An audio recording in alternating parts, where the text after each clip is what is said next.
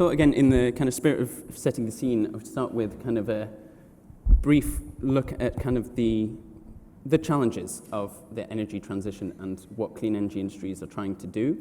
I know this is something that Darias has a strong views on. So I think it's good to hear the challenges with actually meeting the material, physical flows of goods that are needed.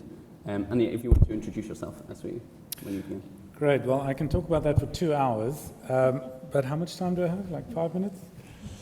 Great. So I am with Anglo American. We're a global, multinational, diversified mining company. We've been around for over 100 years, founded in South Africa by a British entrepreneur with American financing. That's our name.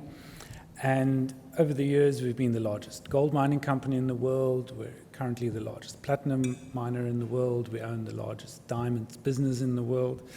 And as some of you may know, we are restructuring our portfolio, and so our focus going forward will really be on crop nutrients, a very large fertilizer project in the north of England, high-grade iron ore, which we are producing in South Africa and Brazil, and then copper, which we are currently producing in Chile and Peru. We own 2 of the 10 biggest copper mines in the world. We're invested in another one of the top 10, and we're exploring for copper across the Western Hemisphere, across Europe, across Africa. Now, looking at the scale of demand for the materials required for these industries that Dan was talking about, means you look at a wide variety of minerals. The battery EV supply chain is probably familiar to many of you. Cobalt, lithium, graphite, nickel are the 4 main components thereof. Battery technologies are changing. We can see technologies that use more manganese, for example, coming on stream.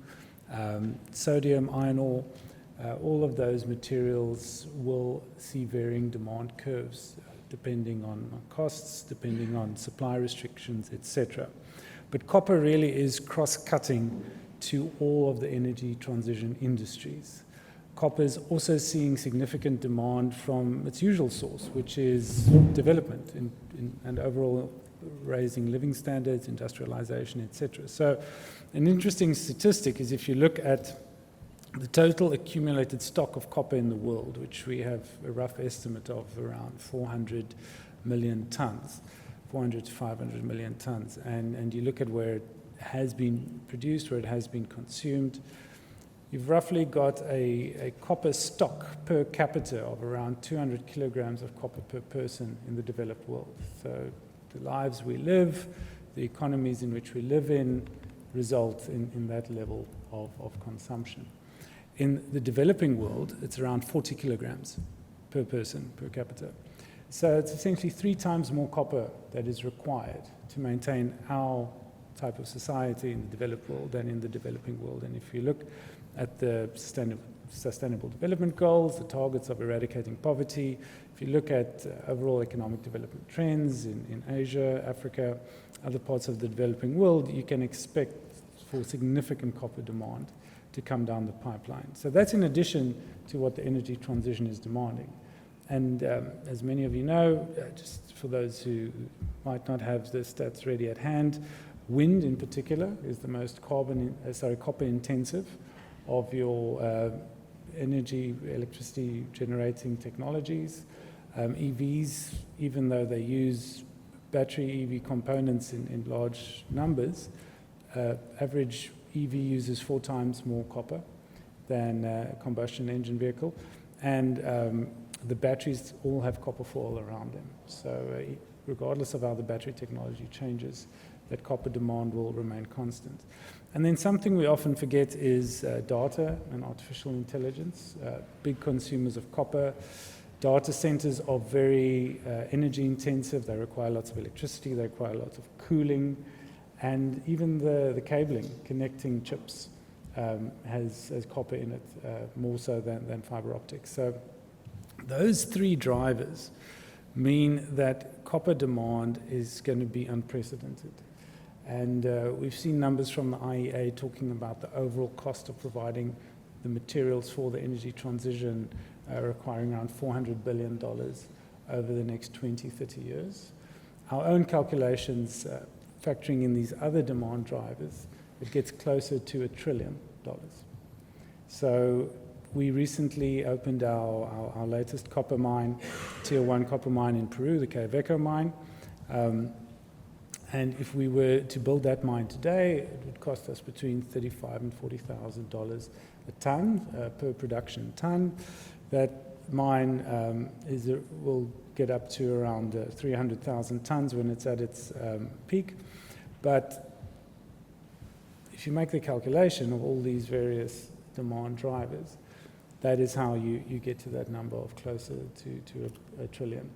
And so it's not business as usual anymore. We really have to think of different ways to finance these mines that need to come online. And if you look at the overall industrial picture, which is the conversation we're having today, the refining capacity is concentrated in China. China's got around 60 copper refineries. North America has 4. China is building many more copper refineries. North America isn't. There is a substitution effect, of course. That's the reality of the market. There's also demand destruction, which is possible. But given the strong drivers of demand destruction is likely to be very muted. And so substitution has already been happening. So there isn't that much wiggle room there. Likewise for recycling. There's only so much which can be recycled. I mean, a lot of the copper installed in the world is still being used. And so you really are constrained by the realities of the situation. And so it requires a very different type of thinking. And if you are going to go the route of trying to develop separate supply chains, trying to compete with China, you need to be very realistic about where China is and the cost of developing an alternative supply chain, which again will be in the hundreds of billions just for copper. Thanks. Cool. So basically what we have is a kind of need for a complete overhaul of the way we think about mining and financing minerals and those kind of supply chains in order to meet the demand that we say we want in order to mitigate climate change. And on the other hand, we have an industry that's heavily dominated, concentrated in China, as everybody knows, and kind of multiple dependencies, which are quite confusing. Some of them are substitutable. Some chemistries can be altered. They alter all the time, depending on the cost of different minerals. Some of them not so substitutable. So dependencies become one of the main concerns. And I'd say, to an extent, a primary concern when it comes to clean energy industries in the West, perhaps even overriding supply concerns, which seem to basically, from a policy perspective, be a kind of leave it to the market, they'll sort it on its own, with minimal interventions here and there in a few different areas from the US mostly. What is a dependency, and should we be quite so worried about them as we are? Should we be more worried about them? And what does it mean in a clean energy context as opposed to a oil and gas context? A question for you, Isabelle. And if you could introduce yourself. Yeah, thank you. And Darius, I was told a couple years ago to buy copper futures, but I couldn't figure out how to buy copper futures, so I'm still here, my day job. Anglo American. Hi everyone, I'm Isabelle Dupraz. I'm the Deputy Director for the European Initiative for Energy Security. Thanks for joining us. EYES, very briefly, is a project of SAFE, which is a DC-based nonpartisan think tank that's been working on energy security issues with a focus on transportation supply chains for about 20 years. And we launched the European project last year because we were concerned that policymakers in Europe, in Brussels, as well as specifically in Germany in the Bundestag, hadn't really had this coming to terms mindset shift as a result of the consequences of Europe's dependence on liquid energy supply chains, so oil and gas from Russia. And we wanted to ensure that, as we transition from operational energy inputs towards material inputs into the industries, not supply chains, that we need for the transition, that we do this in such a way that we're de-risking and diversifying. And we work with our Energy Security Leadership Council, which is a replica of the model that we have in the US, which was founded by Fred Smith, the CEO of FedEx, and General P.X. Kelly, who's the 28th Commandant of the Marine Corps. So this coming together of business interests and military interests over supply chains. So that's a little overview, because you've probably not heard of our organization. But to come to your question, Dan, I think to frame or to give a higher level overview of sort of the consequences of Europe's dependence on Russia for oil and gas, I think they really can't be understated. The economic costs of this dependence were huge. I mean, if you look at basically our spend on oil and gas between 2019 in the EU, between 2019 and 2023, in 2019 we were spending 260 billion euros importing oil and gas, and that increased to 430 billion euros, so 66% increase. Meanwhile, we actually decreased our consumption of oil and gas during the same period of time. And I think looking at Germany specifically, and coupled with sort of the denuclearization in Germany and other parts of Europe, which many would argue was driven by Russian misinformation in Europe and in Germany's Green Party. We're now in a technical recession, and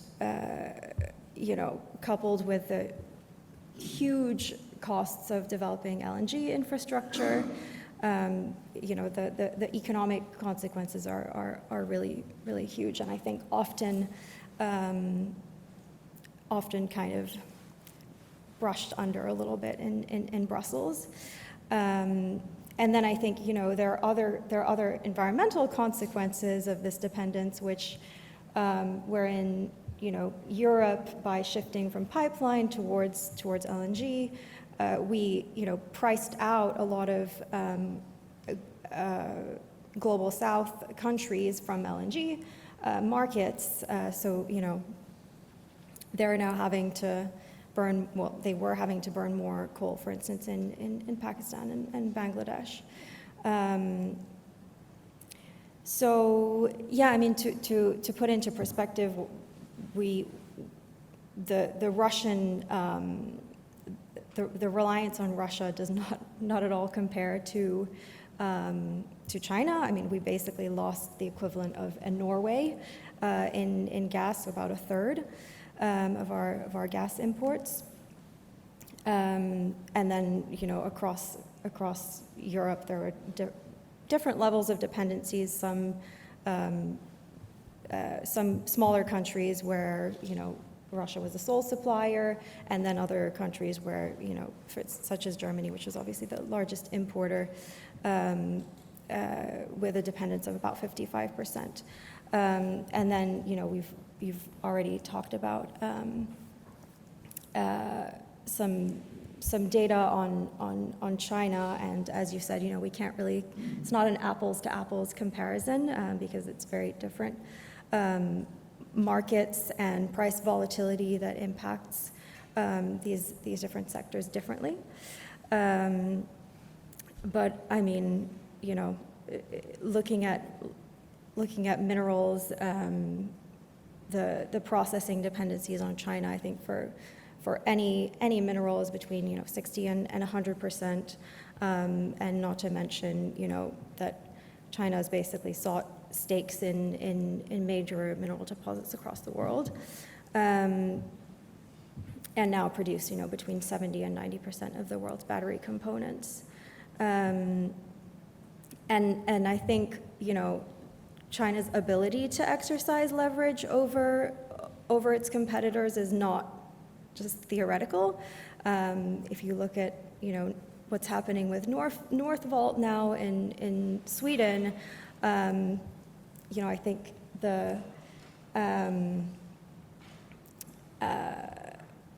it's not really surprising based on what happened in 2022, where China was limiting graphite imports into Sweden while it was investing into battery plants in Hungary and in Poland.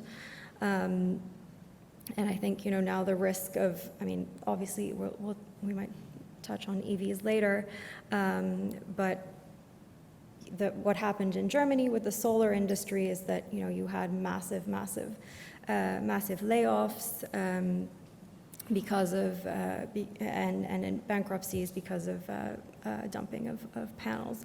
But I'll maybe stop there. Thanks. So, yes, to Bernice, should we, clearly there's massive dependencies in clean energy industries and on China. How worried should we be about them, in your view, but also how much is this a clean energy problem rather than just a trade problem? There's £100 billion worth of trade between the UK and China every year. Anyway, there's a lot of things to be lost other than clean energy. Is the kind of focus on clean energy industries merited? It's funny, I was going to start by saying that, so Bernice, I'm a distinguished fellow at Chatham House. I used to run the energy environment team there and also the economics one at different times. I was going to start by asking myself that question, really, which is, is this a physical risk? If it is a risk problem, then the question would be, how do we mitigate the risk, right? If it is a question of philosophy and a question of declared preferences, then it's a very different ballgame. So in some sense, is it a clean energy problem? Depends on whether or not you believe that cleaner industries are industries for the future. I happen to believe that cleaner, better to the extent we could achieve them, are industries for the future. So it's our future, leading to more dependencies on different types of minerals. And we just heard from Darias that it isn't just clean energy, is it? It is just about living lives, data centers that we need. All of this are creating new demands at the same time. So the question then becomes whether or not you want to play with the people you don't want to play with anymore. And I think the answer to your question is quite clear, that if you want to pick and choose who to play with, it's going to be quite difficult, because ultimately, depending on which particular kind of minerals and metals, or for that matter, products you're talking about, there'll be a whole lot of people that you'll want to avoid the dependency on some level, but also because of the ubiquity of many of these investments by, for example, China and others in different parts of the world, it'll be pretty hard for you to get out of the way or try to push them out of the way at different times.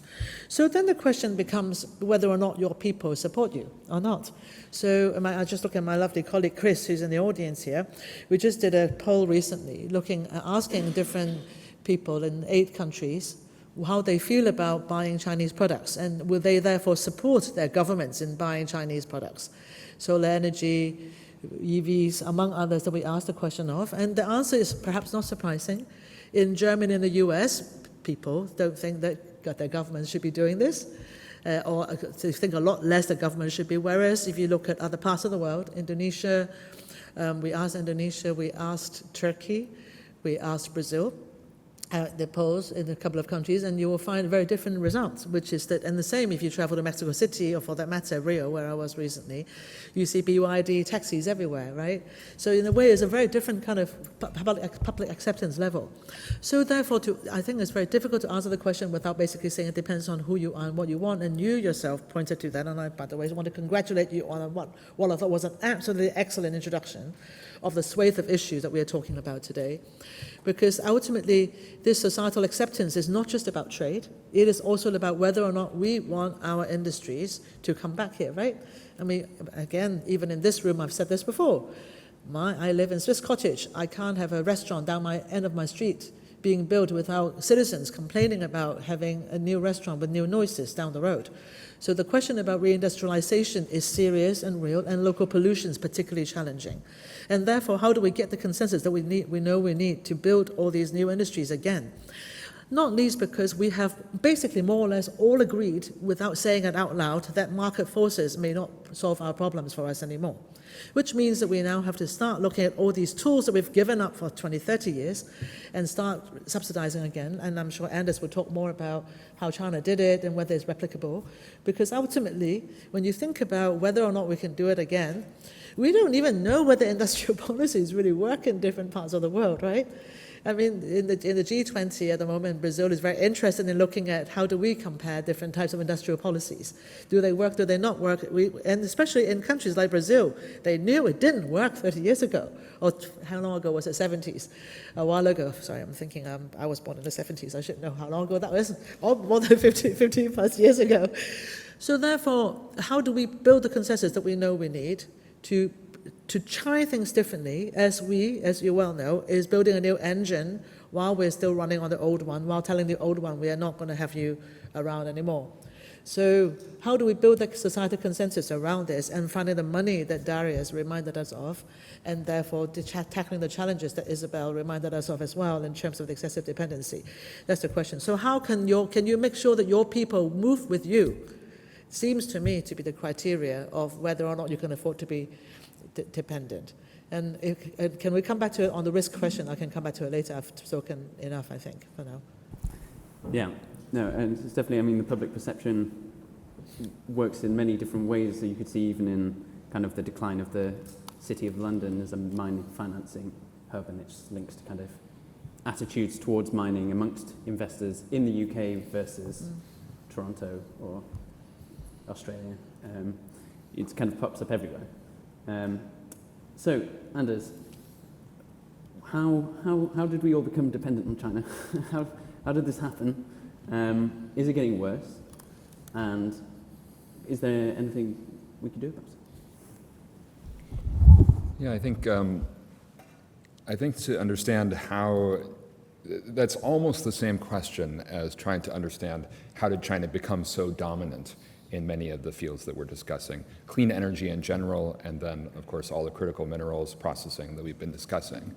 And I think that there are a lot of ideas that are widely shared, even if they're not necessarily stated. And I've been doing a lot of work recently about trying to clarify, or maybe in some cases debunk, some of those general ideas. But in general, I would say that the way that China succeeded in becoming a clean energy powerhouse was, first of all, it was different for each different segment or sector. Wind, solar, batteries, EVs all had a very different trajectory and different policy course. However, in general, it did not start out sequentially with first we gain access to the minerals, then we build the processing, and then we develop a policy to have a solar industry or have a battery industry or have an EV industry. Nor did it necessarily start out with the government coming and establishing that these would be the industries of the future, and then we would go out and secure the minerals and secure the processing. Rather, it was a highly interactive process, and some of the factors that we tend to highlight outside of China might be subsidies, quotas, local content requirements, forced technology transfer. I would tend to say that these are very highly exaggerated, and that there's less emphasis placed on the long-term consistency of policy, as well as vertical integration and the competition within China among provinces and policymakers to develop vertically integrated supply chains.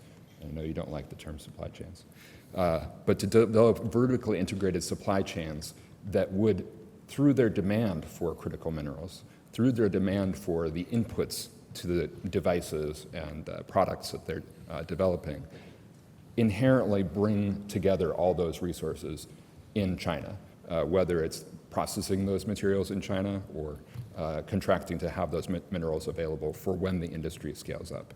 And a secondary factor, I would say, and this is on your point, Bernice, is definitely speed, that through China's ability to very rapidly scale up these industries, it was absolutely necessary for the companies involved to look at vertical integration as a solution rather than simply looking to the market to provide the minerals on an as-needed basis. And I think it's been recognized for over 10 years that speed was very critical in the solar space, and then it's also been very obviously critical in the EV space.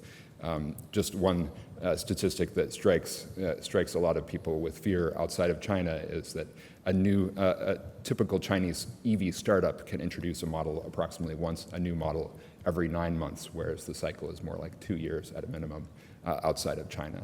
And the same thing goes for battery designs, battery chemistries.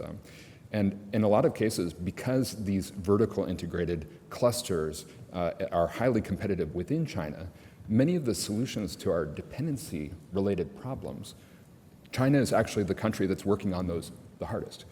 So, you alluded to this earlier, which is the lithium iron phosphate chemistry has been a major solution to the world's problem of excess reliance on cobalt from DRC. And sodium ion is playing a very large role in substituting for lithium ion batteries within the stationary energy storage market in China. And those sodium ion batteries, really, it's a large number of Chinese companies that are active in developing those substitutes. And then finally, in terms of those critical minerals, the battery companies and the equipment manufacturers that are developing those products, they are very active in going upstream. There are over 400 companies in China that are working on critical minerals related to processing of critical minerals for batteries and battery-related items. So I would tend to emphasize those aspects as the reasons why China was successful. And I would say, although I'm not an expert on policies outside of China, I would tend to guess that we would need some mixture of policies that resemble those outside of China. And I would tend to de-emphasize the quantification of exactly what percentage of which mineral or the amount of each mineral or even the amount of investment that is needed to develop each mineral, because we're not going to sequentially first do that and then do all these other things. We need to get it the whole, we need to develop that consensus Bernice was talking about. Cool. So, I forgot to ask you to introduce yourself. I'm useless at introductions. Right, I'm Anders Hove, and I'm from the Oxford Institute for Energy Studies, and I was based in China for many years. Before coming to the UK, I was working with GIZ and generally working with the Chinese government on power sector related, clean power sector and renewable energy related policy. Cool, thanks. I certainly get Anders' point that quantifying the problem does not necessarily lead to the right solutions, but I just wanted to quantify one more thing, which are the human resources that we haven't really spoken about. And just to throw in one anecdote, just to get our thinking around the complexity, which I think we agree on needs appreciation. I just got back from a conference at the Colorado School of Mines outside Denver over the weekend, and there the statistic was mentioned that in the US there are currently 600 students studying a dedicated mining degree, and in China it's 1.4 million students. So how true that is, I don't know. We hear a lot of statistics, but I think it is reasonably accurate, and that it's not just about plowing in the money, plowing in the volumes of materials. And like you said, it's not just about assuming you'll be good in something if you're not currently good in it. And part of the reason is particularly because there are not enough people being attracted to this industry. It's the same problem that the oil and gas industry has had for a long time. As mining industry and as a company, we commission a lot of surveys into our reputation.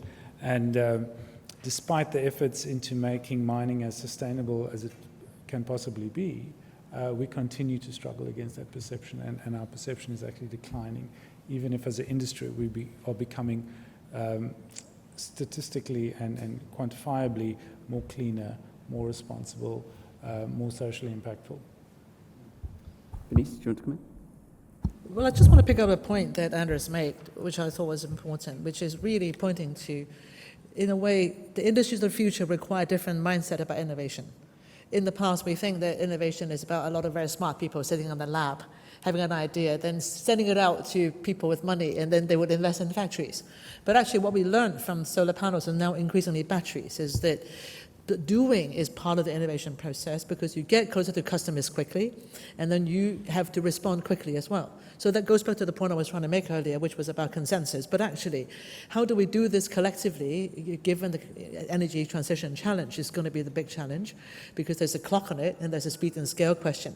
But at the same time, we do need all this, the spirit that we just talked about, which is the ability to quickly switch side and course correct and find new solutions. And the question then is, how do we get to scale if we're all trying to do it somewhat differently, separately, and not together?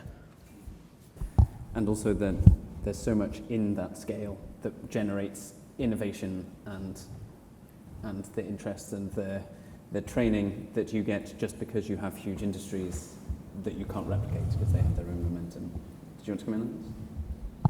Yeah, I thought I'd also emphasize that innovation really is enabled by the vertically integrated clusters that exist in China today, and that that innovation does not just take place in the lab, and it's not just measurable through patents or the amount of research and development spending, but a lot of that innovation is taking place at the practical level, learning by doing, know-how that is developed within a region of many highly competitive companies working in the same field and trying to accelerate their product development. And it is also taking place within this field that we're discussing, minerals processing, that the large number of companies involved has dramatically increased the efficiency and output of processing facilities in China. And I think that there's the kind of belief that minerals processing and mining is just some ancient thing that doesn't change over time, and that you wouldn't necessarily need to worry about technology and efficiency in this field. It's just a matter of dollars investment or something like that. And I don't think that's the case. And so I think we really have to understand not just the number of graduates, but also, you know, physically, where is it being done? Where are the ideas being shared? Where is the knowledge being shared? And just one quick question on that. I mean, to what extent these vertically integrated clusters, my impression has always been that they're to some extent sustained by strategic subsidies in parts of them. So parts of processing, for example, don't make money, but they're sustained in China by subsidies so that you have the integration further up where you add the value. Is that a kind of accurate-ish high-level view, or would you disagree? Well, I couldn't quantify the degree of subsidies that carry these industries through the hard times.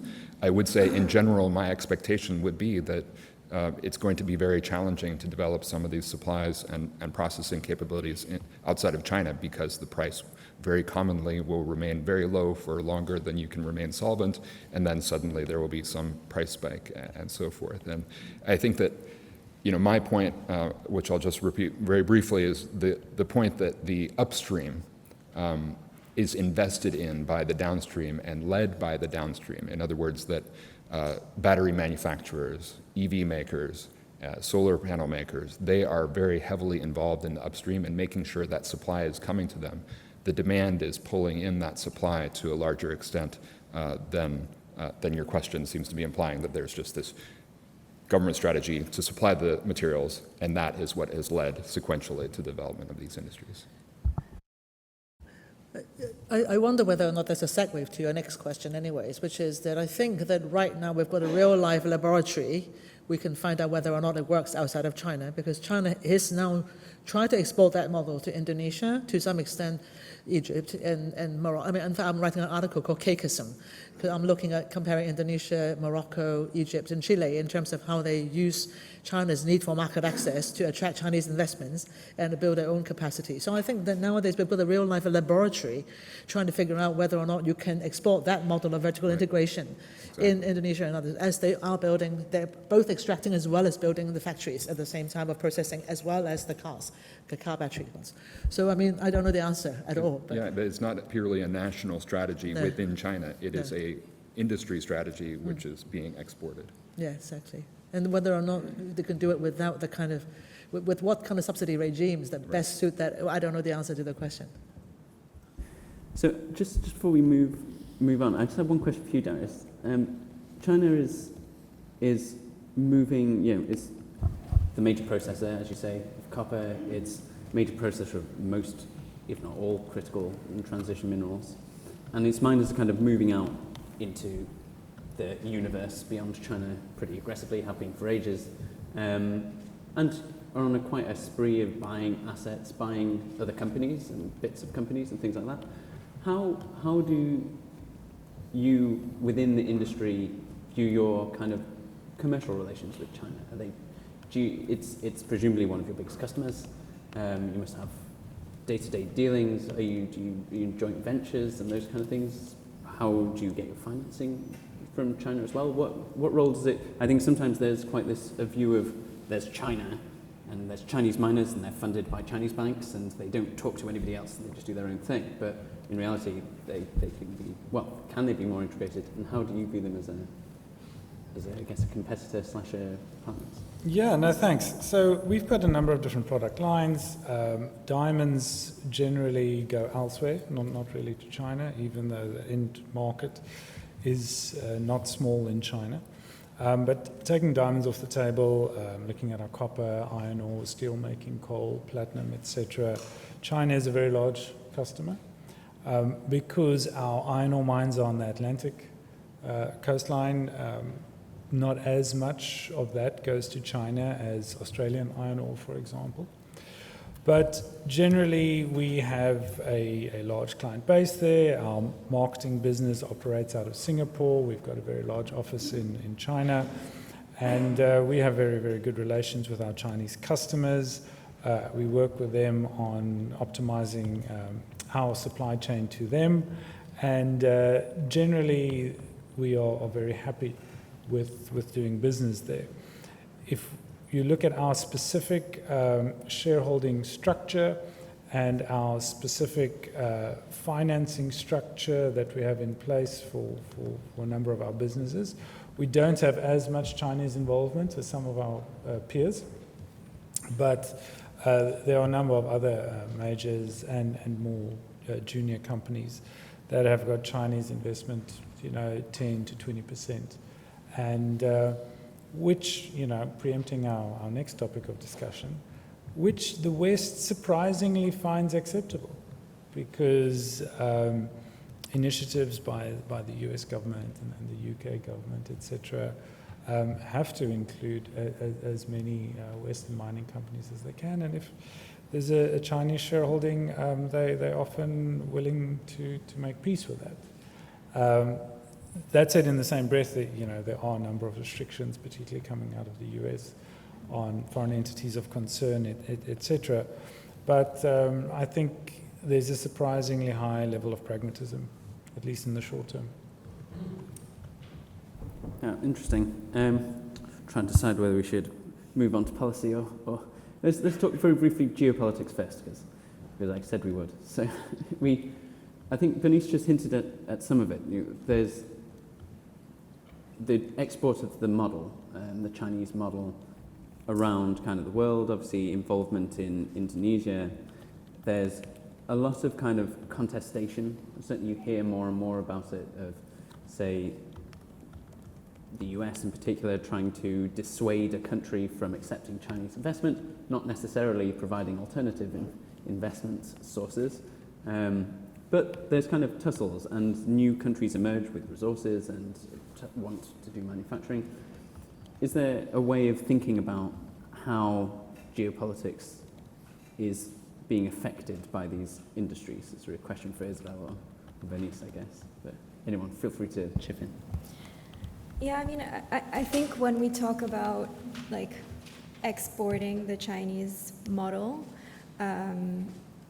I think we need to be a bit cautious in the sense that I think that there are certain parts of the Chinese model that are exportable, but other parts, and I think this comes back to the discussion around, an alignment of values with our trade partners, and as you alluded to earlier, these industries in China are highly polluting, and particularly in the solar industry, you have very fundamental and deliberate undermining of human rights in these supply chains. To give the example of primary aluminium smelting, so we have 200 smelters globally, 100 of which are in China, and 85% of emissions, of global emissions from aluminium smelting are coming from 70 smelters in China. So this is until, they receive direction that they need to move to provinces that benefit from hydropower, but I think there's an important discussion to be had about what are the aspects of this model that are replicable and what we want to replicate. And then I think to your question about geopolitics, there's obviously been this rise of Keynesian economics and intervention in markets that was, I would say, quite heavily led by the US and their response to China, and then a new rising rhetoric in Brussels around de-risking, and this desire for the Commission to become a much more geopolitical actor, which, I think the realities of member states within the Commission are that regulations that coming out of Brussels are going to have to, meet the realities on the ground and of industry as well. So yeah, I'll stop there, but we can get into the policies, maybe. Sure, take. Well, I think about geopolitical lens. Everything is a problem, isn't it? So I don't really know which one is the chicken, which one is the egg. But at the same time, you ask any countries not seeing themselves as a major power, they will tell you, why do I want to choose? I obviously want to maximize my strategic non-alignment. Obviously, I want to get the best deal for myself, which is why my inspiration with the cakeism question. Why wouldn't you try the best you could? China needs something too, right? They want market access, they want markets, they want to be able to sell stuff, they want to make stuff into the next level because they know how good they are at making stuff. And so why wouldn't, if you were a strategic non-aligned country, want to try to make sure that you have the cake and eat it? The question then becomes whether or not, for the world as a whole, if we know that a lot of this is about industries for the future, then the danger is that, who is going to absorb the cost of, let's say, replicating supply chains? So if we, at the moment, I think international businesses are the ones absorbing that cost, and that another article that I've been writing about. At the moment, you guys are absorbing, if you're going to try and do parallel supply chains, you guys are, at the moment, if your clients tell you I want it from different places, you have to find solutions for them in a way that is probably more complicated than life before. Now, that bothers me, but actually what really bothers me is not even strategic, parallel market supply chains. What really bothers me is we go into parallel technology systems. And then we're talking about really competition at a different level that perhaps is going to lead to the kind of cost implications and therefore speed and scale implication for meeting the energy transition challenges. So for me, I worry a lot about parallel markets, but I worry a lot about parallel technology systems that we're not careful of. And now we know that even at the heights of big power competition back in the day, when people really, really were worried about really big wars happening tomorrow, people still talk about arms and all that kind of stuff. And you also don't want parallel technology systems, even in those days, because once the people go on a different track, you can't really spy on them anymore. So, you obviously, it's in everyone's interest to make sure that we have some kind of crumbs around so that we can have a way to come back together at the right time when it so suits. So that's what really worries me when it comes to the question of dependencies and and geopolitics is we get to ourselves in a place where we can't come back with parallel technology systems, parallel standards, parallel markets, which means that we will actually be much more costly than it is today to meet the kind of challenges that we talk about. Cool. Thanks. So if we take as given that what we're really aiming for, and I think this is true of most countries, and to some extent including China, is robust supply chains, industries that are kind of diverse and secure and produce at scale and are affordable. Are we heading in the right direction or the wrong direction with the kind of policy blend that has kind of emerged with the Inflation Reduction Act, bipartisan infrastructure law in the US, and with the kind of suite of laws and regulations that are emerging out of the EU, given what we've talked about, the industry's concentration in China, but also the fact that when it comes to mining and processing and investments outside of China, that's also largely Chinese driven. So these investments from China, and that's where a lot of the money is coming from, Chinese companies, Chinese technology, selling to China. So I know, perhaps Darias, if you want to have a stab?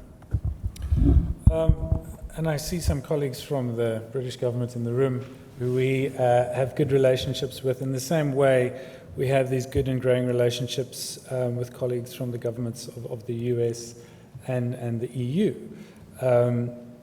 Over the last 2-3 years, we've really seen how this growing need in the West for supply chain security, mineral supply chain security, has led to increasing dialogue with mining companies.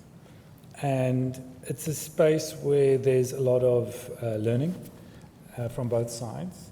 It's a space where there's a lot of candor.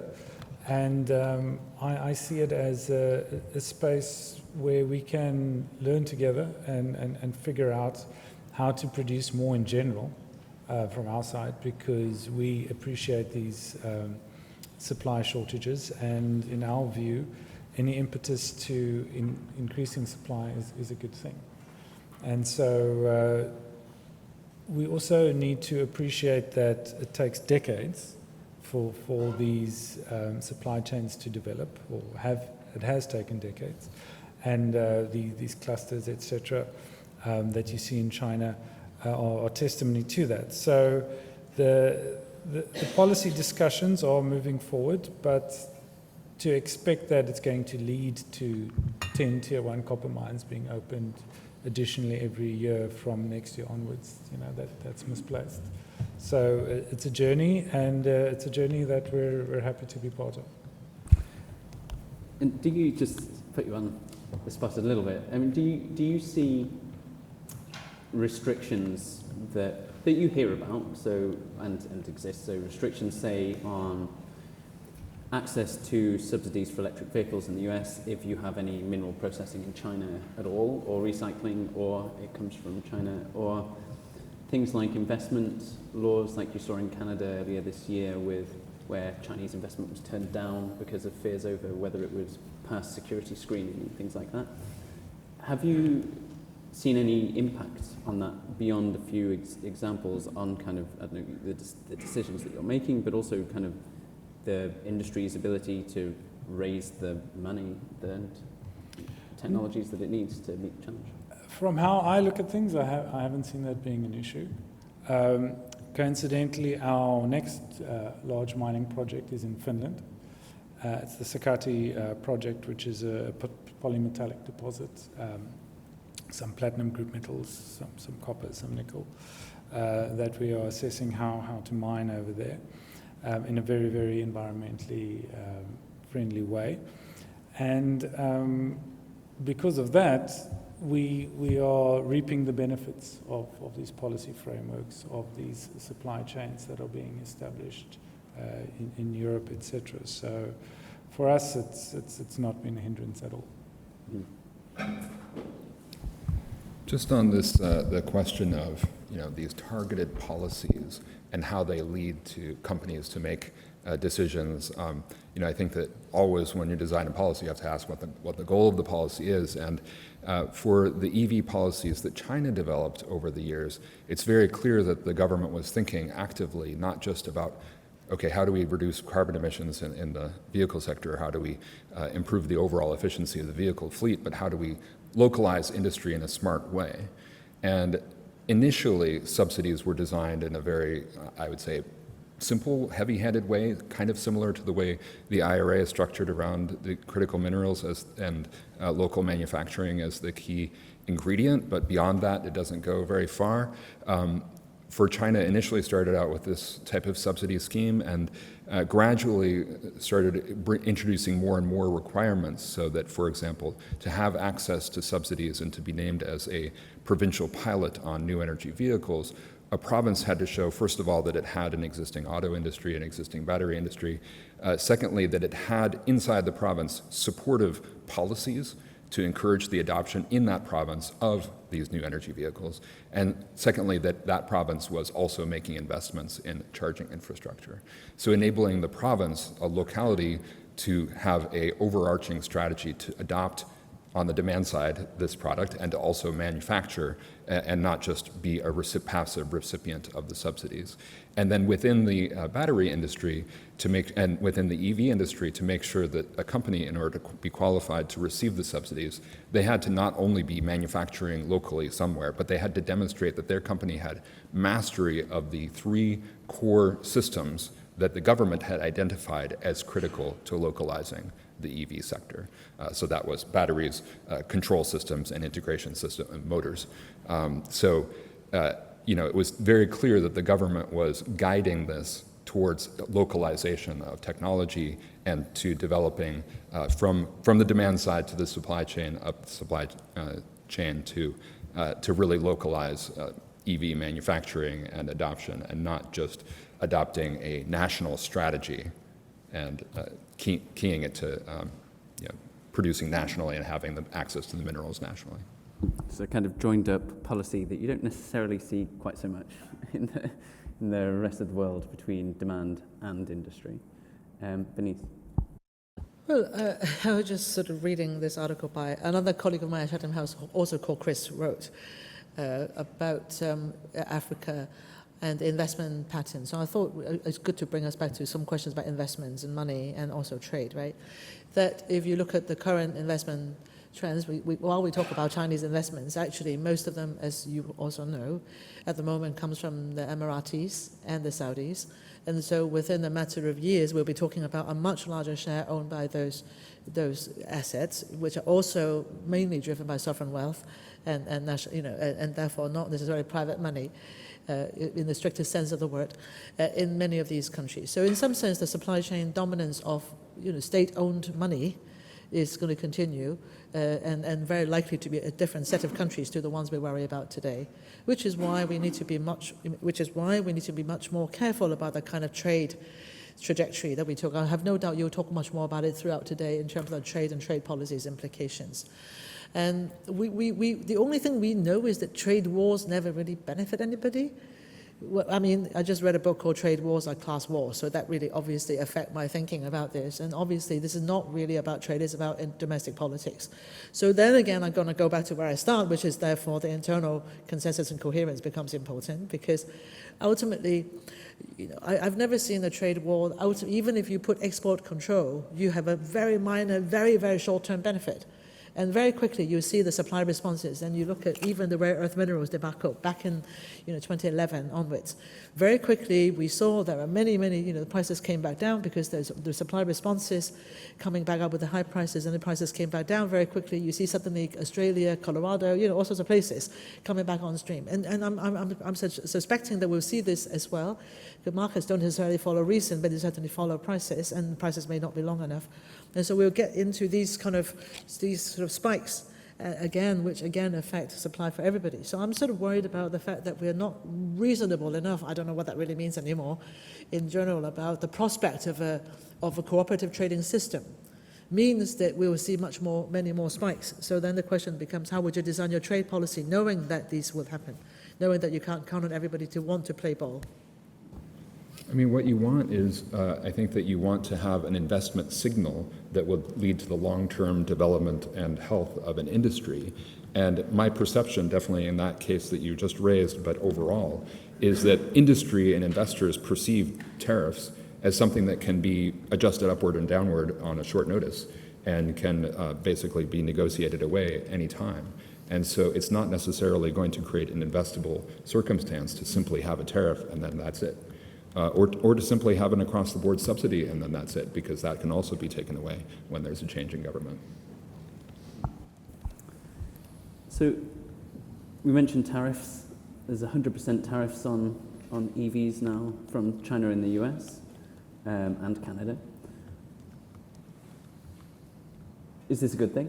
Or are tariffs necessary to some extent? I suppose is one question. So, we often talk about aggressive trade policy. Well, I guess aggressive trade practices from China. I mean, I think it's interesting, the rare earths example, and I think what we have seen in recent years is perhaps deployment actually of clean energy of energy weapons by China that have not been very effective ultimately. You could take Australia as an example. It cost Australia quite a lot of money. I think they estimate about $20 billion but they switched. So Australia couldn't supply coal to China, a few other commodities.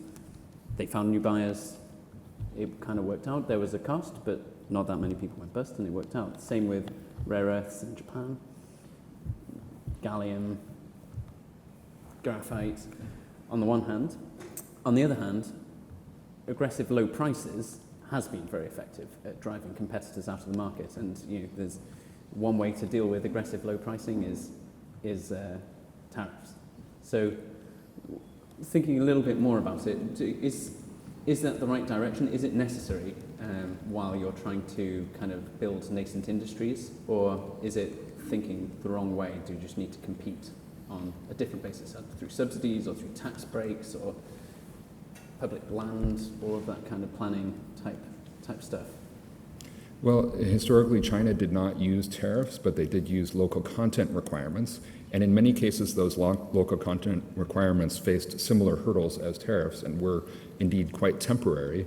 In the case of the wind power industry, China captured the majority of the Clean Development Mechanism Fund for developing renewable energy capacity outside of the advanced economies by basically making a local content requirement in order to qualify for a wind power project.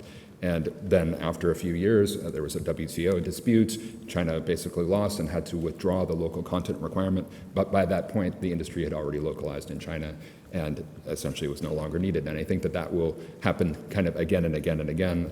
You kind of perceive that a little bit happening with the invitation for Tesla to come in, and maybe we don't need a joint venture requirement anymore for car makers because China's already probably going to dominate this industry anyway. And so I think the question is, for the tariffs, what will happen when the tariffs are adopted? And then what will China's response to that be?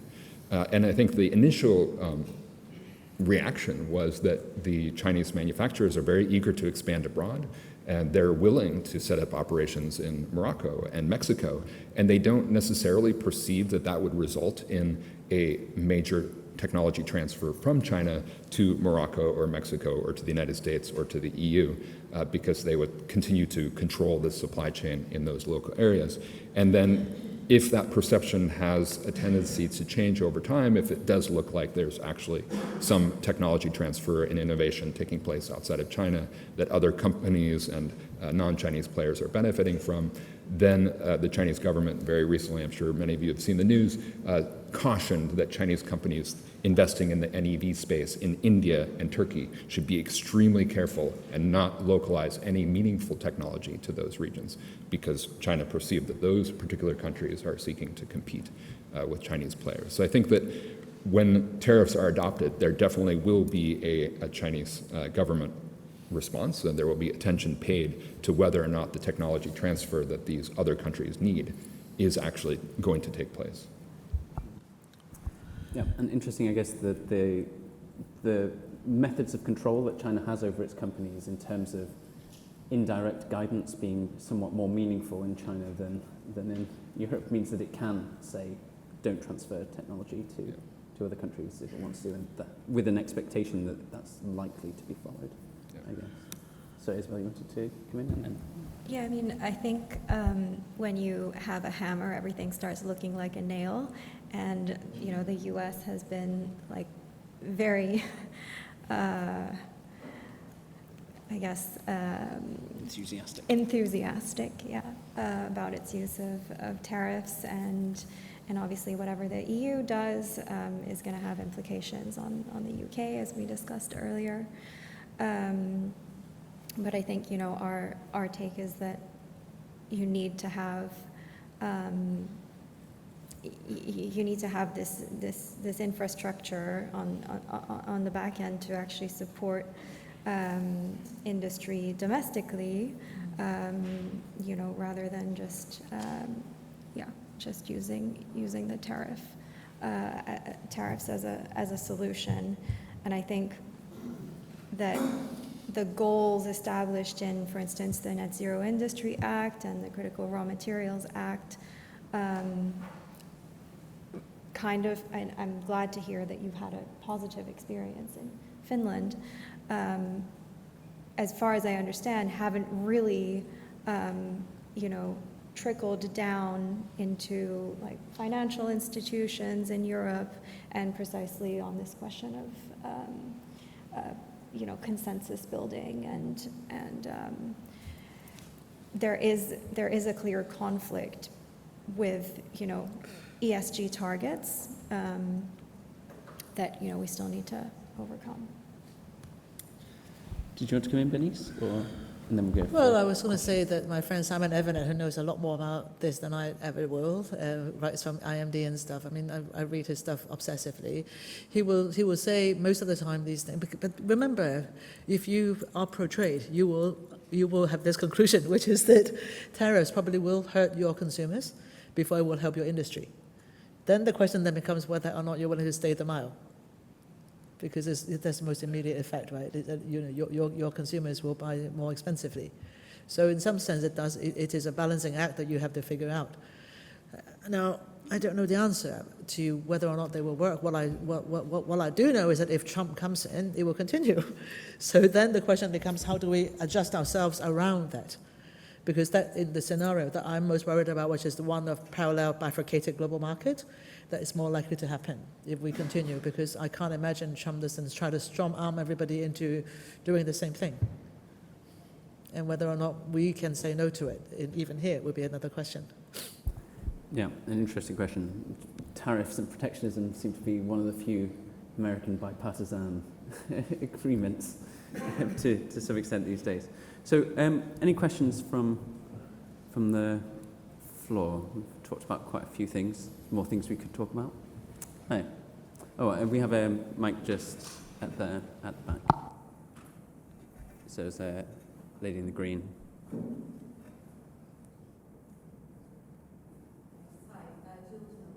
Energy intelligence. I have a question about the China-EU EV tariffs. There are 3 different rates, I think, proposed right now. Europe just brought down one of them slightly. We've had a Chinese delegation in and around Brussels last week. The Chinese Commerce Minister is coming this week. The Spanish Prime Minister was in Beijing last week. How does the panel see those playing out? Are they an effective barrier to Chinese EVs kind of flooding the European market? Some reporting a colleague of mine has done is looked at, the Chinese EV makers looking at these rates and saying, well, our battery costs are falling by this much, so it's really not going to, affect us that much in the end. So are we looking at maybe spiraling, tariffs going higher and higher? Thanks. Anyone else? Isabelle? So I think Andres referred to this earlier, but the preemptive measures that Chinese EV companies have taken in advance, in anticipation of the tariffs, have been to really drill down on joint ventures in Europe, which I think is, a good thing, providing we have sort of reciprocity of investment terms in Italy, Spain, Hungary, And then, yeah, of course, there are these pretty robust requirements of that will prevent intellectual property loss. But I don't know if you want to add to that, Anders.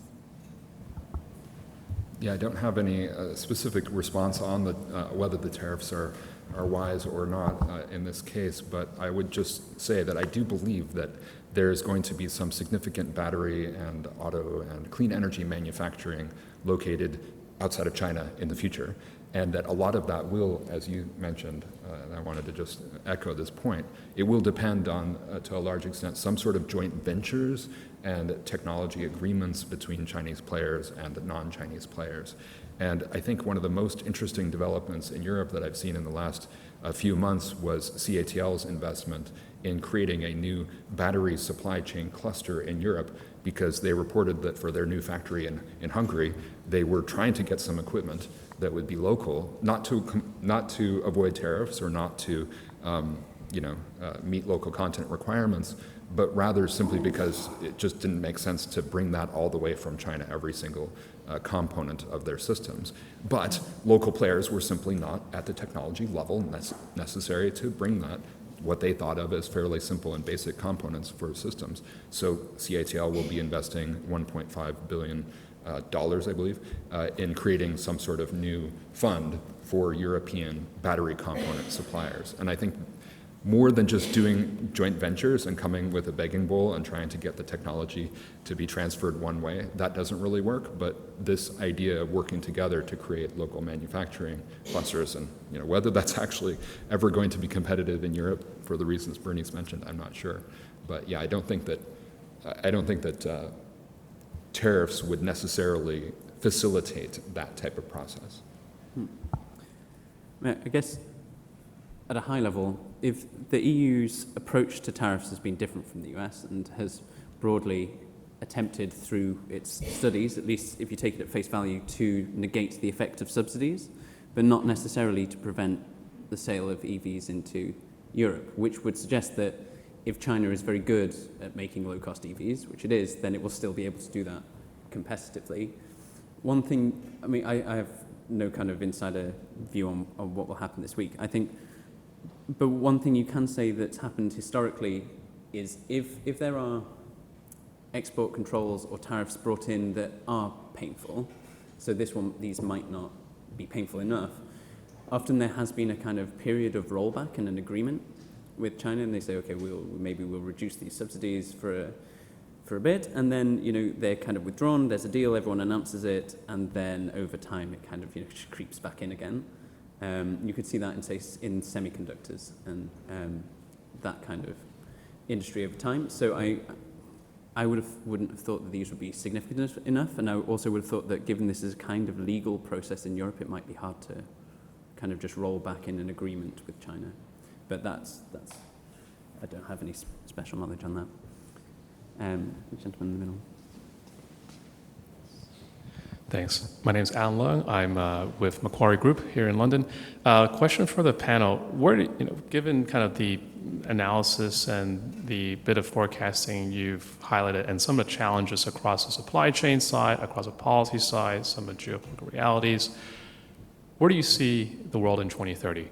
Right, where some of the commitments from the investment side, policy side, have had time to bed in, to marinate, to take, to have an impact on markets, on consumer patterns. Where do you see the US, the UK, and Europe in 2030? Are we going to see the real development of kind of nearshoring, friendshoring kind of clusters of secure supply chains amongst allies? Or do you feel like it's more likely that, as part of that effort, we may start to go down the kind of parallel systems, parallel technology problem that we face, because as a byproduct of that need to be resilient? How strong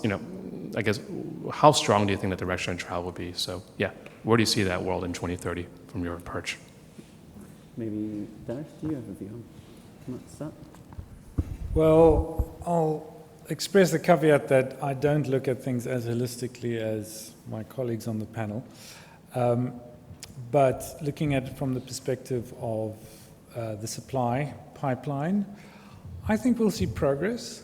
I think the signals are pointing to that direction.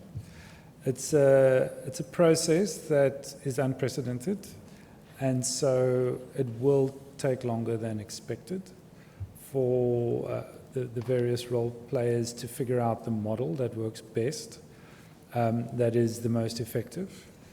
And so it might not necessarily be the most efficient, but what we need to keep in mind is, particularly when it comes to the energy transition, these are, I like what Bernice said about a philosophy. I mean, it is a philosophy where we have collectively agreed on the principles of scientific and political consensus over certain goals, and now industry must catch up. And so because of that, it is very much unprecedented. It's not a market-driven process, and thus it is not as efficient as those processes are. But I'm comforted by the fact that we are seeing progress, and we'll see more of that. I'm certain that there will be a large degree of duplication and copycat strategies, and I think that it's very clear that that already exists within China. So there are provinces within China that are competing within that province to duplicate their own supply chains and their own clusters.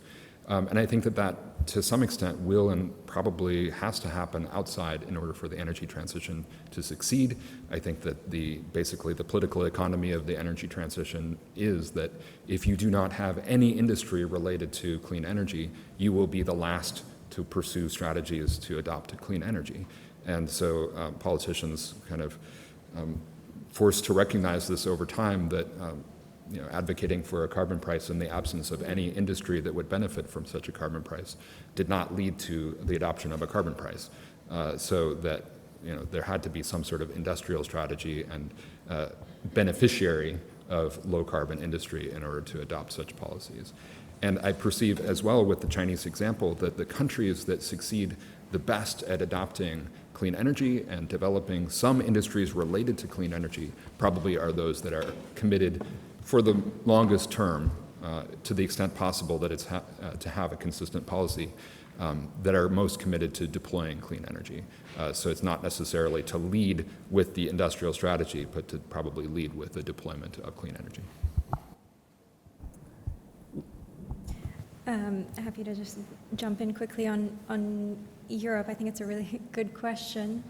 I think that for Europe, there are very significant changing power and political dynamics, where Germany and France are not in the best of situations, and I think that that's quite likely. This sort of political paralysis is likely to continue for a number of years, and you have the rise of countries like Poland and their role in the EU. Poland has not yet actually taken a very strong line on China, and I think that'll be very interesting to see how it plays out over the next year or so, because I think that'll have significant impacts on Brussels and the Commission.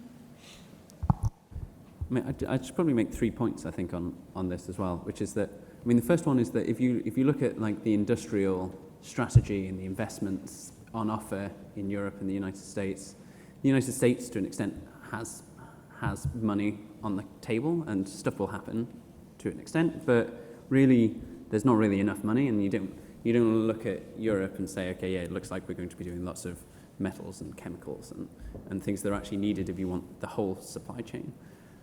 That said, there are two reasons to think that it will diversify quite significantly by 2030. One is that there is a political imperative, and it is going to be very hard in the US and in Europe to buy huge amounts of wind turbines and EVs and solar panels and then just say, okay, we're just going to import all of these.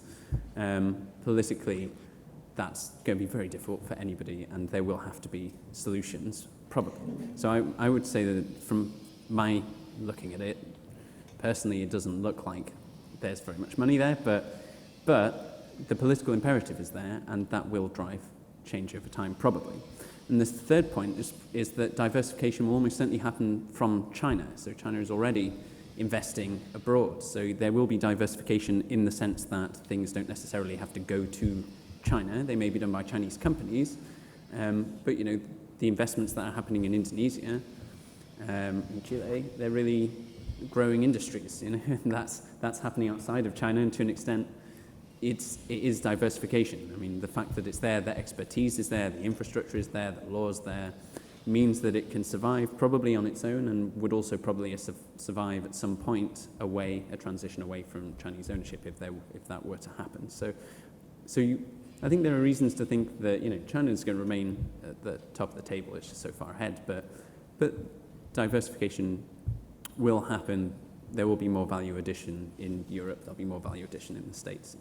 It's just politically, it will become kind of untenable for the amount of money that needs to be spent for that not to happen, at least to a degree. That's my hope anyway, I guess.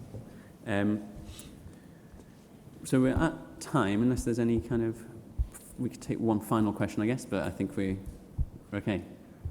Is that a question over here? Come on, let's take one quick question. Thanks, everyone, for a very interesting discussion. My name is Charles Long. I'm from Green Alliance. Wanted to ask the panel if they could see a future in which circular economy approaches to keeping critical minerals in use could significantly reduce dependency, and if so, how we might get there, and if not, why that is. Thanks. Okay, so maybe just some very quick points if anyone's got a view on that. Anders? Well, I think that there's a very important role for innovation in reducing the dependence on critical minerals, and I think that that's very apparent, for example, in the rare earths space, where there's quite a variety of companies now working on different types of permanent magnets that might have different quantities, different mixes of critical minerals. And I think that that's also clear in the battery space, where obviously there's more chemistries now that are coming to the fore, and those, as the battery industry grows, then you have more applications for batteries and then more different types of batteries that the market can support. And I think that policymakers can push this forward to some extent by providing intelligent rewards for projects that are largely government supported anyway, making the consumption of critical minerals on the demand side, having policies that promote less or a more intelligent mix of critical minerals, not necessarily which countries they come from, but actually just reducing while maintaining efficiency. Yeah, I think that smarter people have done research suggesting that there is a proportion, and I cannot remember, so I'm making it up right now, but I remember thinking it was more than I thought, less than it needs. It's probably somewhere between a quarter or something. There could be, in principle, if we have a functional circular economy principle framework. However, because where things are made, where things are used, then the question then goes back to, do we have a functional trading system that would actually enable that as well? Because we can't imagine just local circular economy like we may do for food stuff, if we're talking about a production system. So I think the answer is it could play a much larger role. Then we have to sort out other stuff to make this happen too. I would agree, in principle, that innovation certainly is the solution to the broader challenge of critical mineral supply. What's interesting with copper, however, is if you look at supply forecasts over the last 20, 30 years, and we have the data, they're generally over-optimistic. So even though there's been a lot of innovation, it's often been overemphasized that it will be the key to improving supply. Mm. And also, just back to my earlier point, if I wasn't very clear on it, copper is on a whole different scale to many of these other critical minerals. And thus it is a very unique market, and that's why we talk about it in the way we do. Yeah. I mean, I think the other kind of just 2 points to finish on that. Like, I think that one, it's hard to have recycling as a major solution for dependency when demand is growing, because obviously you never have as much supply as you need because demand is growing, so you always need more. It can obviously make a dent, but in terms of security and dependency, it's not necessarily a great solution while industry is growing. It works better when you've got a steady state demand. The second thing is that there's no real reason to think that recycling would necessarily be done here, so it depends where it's done. Most of our steel is bundled into big containers, which often catch fire and are then shipped off to Turkey for recycling. So where's the recycling going to be done? Is it going to be taken, we're going to see large quantities of scrap taken to China for processing and recycling. So there's quite a lot of questions about it, but for sure it can make a dent, and there are expectations that it can make quite a big dent, and that might come under in the third panel to be discussed. Great, well, thanks for that, and thanks to the panel. There's a half-hour break now with coffee and nibbles 2 floors up in the library and the Cochrane room back in half an hour. Thank you to the panel.